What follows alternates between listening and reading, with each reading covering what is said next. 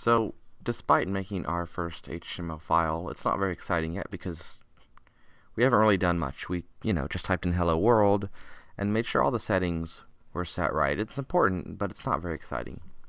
So, the next step, I'm not going to tell you exactly what to do, but I'm going to show you how you can find out more a little bit on your own.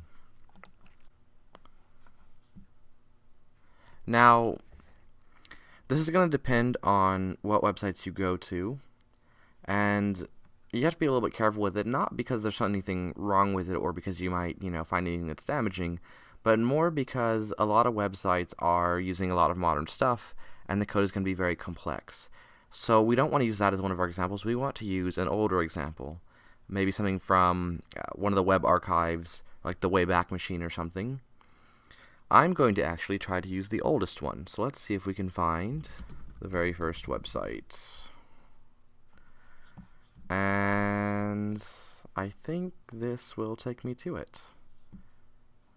Browse the first website. There we go. So this is what I was looking for.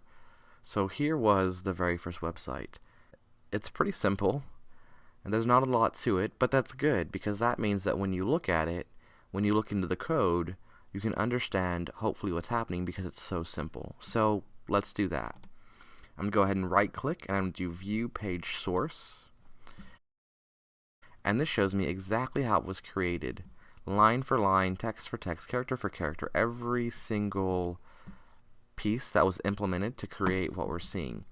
Now, some of this is old code that doesn't work anymore, but most of it works. As you can see, it's displaying.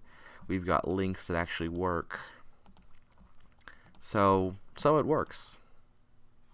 Even if some of the code isn't functional anymore, which would be like the next ID stuff.